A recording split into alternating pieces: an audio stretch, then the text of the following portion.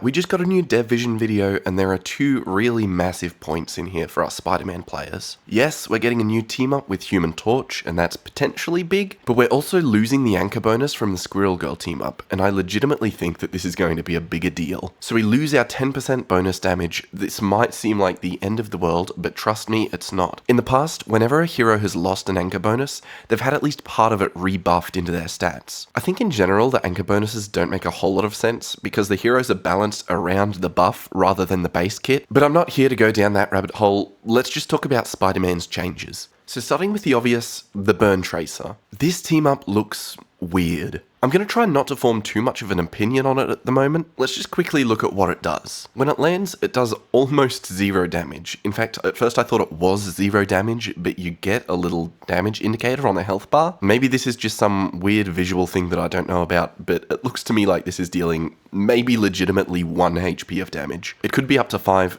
who knows, it doesn't really matter. The point is, this doesn't do burst damage out the gate. It also doesn't do damage over time out of the gate. It looks like you're going to have to proc the burn tracer like you would a regular tracer to get it to do its damage over time. Specifically, it looks like it's doing about 45 to 50 damage over the period of about 3.5 seconds. It also does enable you to use get over here targeting like a regular tracer would, and it's much easier to hit than a regular tracer. So I can say for sure that a pro of this ability is that it's going to be really easy to engage with. Then the cons are that it does less damage than a regular tracer, and that damage over time is easier to out-heal than burst damage. And a combo that should kill getting out-healed is kind of one of Spider-Man's biggest problems at the moment. So is this team up just doomed to be a bit of a nothing burger for us Spider-Man players? Well, not necessarily. There is something important that we don't know, and that's got to do with which animations the burn tracer can cancel. If you've seen my video on the basics of combo building, you'll understand that animation cancels are everything. Symbiote used to be able to cancel any one of Spider-Man's animations, which made it super flexible to fit into combos. If the burn tracer does the same, it could be a really big deal. Consider combos which open with an overhead slam on an unmarked target. The most natural follow-up to this is going to be to cancel the overhead with a tracer,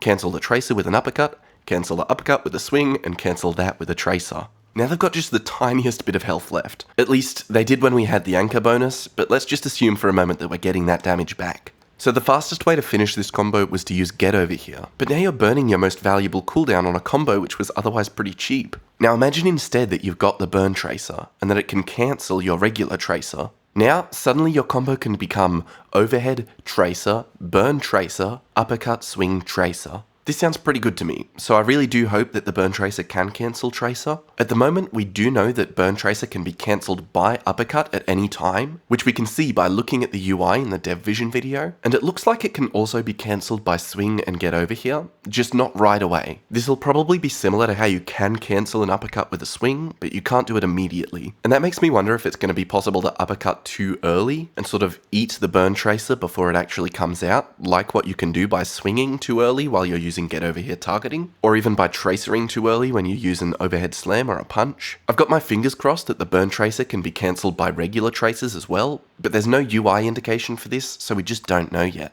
This animation timing stuff is the sort of stuff that doesn't make it into the patch notes, so we're going to have to wait for the season launch to figure all this out. What we're not going to have to wait for is the damage numbers. We'll no doubt be finding out all about that whenever the patch notes come out in the next couple days. I can say with a high degree of confidence that we're not going to see something like Spider-Man gets plus 10% damage on everything. That's just not how the buffs have been looking. And in fact, I know this for a fact because in the Dev Vision video, we see get over here targeting and how much damage it does. It does 50 damage, which is what it's supposed to do with no anchor bonus. But uppercut, which is supposed to do 55 damage, which becomes 60.5 if you account for the anchor bonus, we also see that doing what looks to be somewhere between 60 and 70 damage. It's possible that some of that is the burn tracer going off, but my point is this. While I expect that we're going to get some of our damage back from losing the team-up bonus, that probably means we're only going to get 1, maybe 2 of our damage numbers increased. So maybe uppercut gets increased to 65 base damage, even higher than it was, and maybe our melee attacks, so punch, kick, overhead, maybe they all get 5 damage. Then what we'll end up with is some attacks being stronger than before, others being weaker,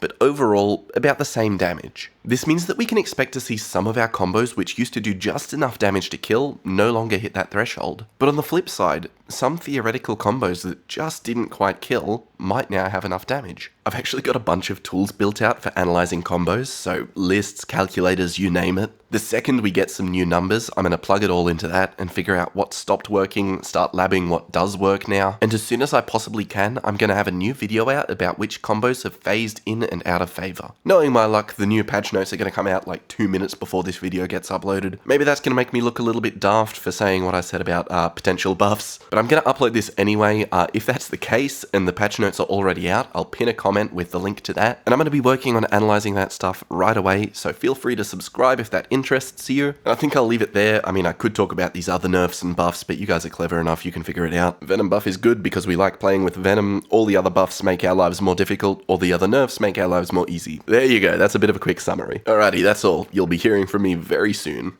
Cheers.